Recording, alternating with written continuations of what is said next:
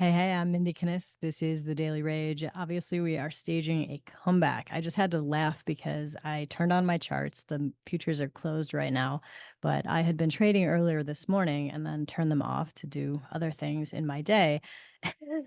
And this is an entirely different picture than where I left it earlier. We were down bad earlier. Check this out. So, this is the NASDAQ futures.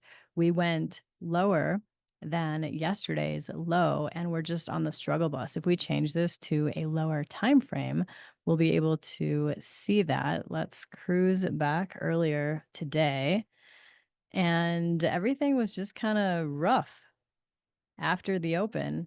And then, holy cow, as I said, staging a comeback. So back on this daily time frame, we are now above the daily cloud, heading toward that parabolic SAR.